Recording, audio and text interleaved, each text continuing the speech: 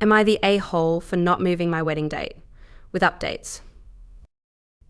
My fiancé and I recently got engaged, and when looking at dates, we realized our anniversary falls on a Saturday this year. Perfect, right?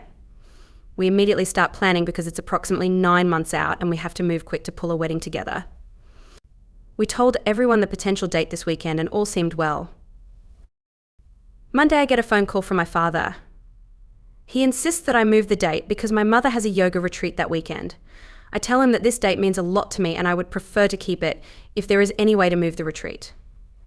There is, but it's expensive. I offer to pay for this change out of my wedding budget, essentially halving the amount that I can spend on the most important event of my life. Yesterday, I was told that they would not be taking my offer to pay to move the retreat and that we're expected to move the wedding instead. I haven't put money on my venue yet, so they think I should be fine with giving up the chance to marry on a date that means a lot to me.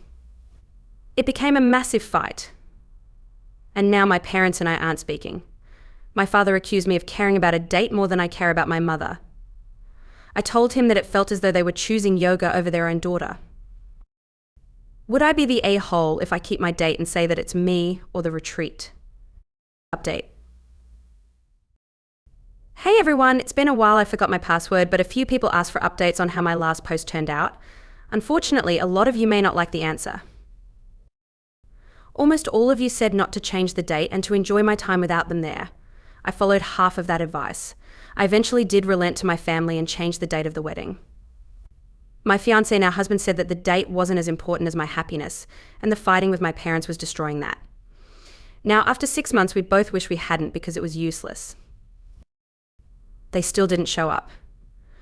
Not only that, but they convinced 90% of my family not to show up either. I ended up with only 4 relatives there in a crowd of about 100 guests.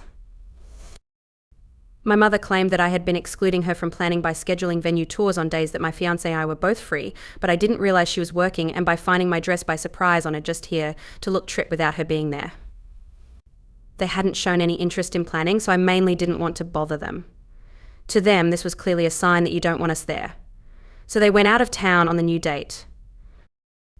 In the end, narcissist mother still got her yoga, I still moved my date, and I still walked myself down the aisle. But my petty self did, in fact, strike back. I had an amazing time, and I made sure that I left obvious empty seats marked for them and told everyone the truth with a smile when they asked. The few family members that did show are now no longer speaking to them either, as are all of the friends who came. The only exception is my brother, who I'm pretty sure they asked to relay the details of the party to them, and even he has almost entirely cut them out due to how they've acted. I haven't spoken to my mother since about a month before the wedding, when she told me to get all of my old things out of her house.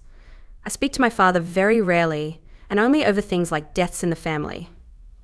My in-laws have basically taken me in as their own, and I'm far happier than I ever was in the nightmare of a family I grew up with. Life is good.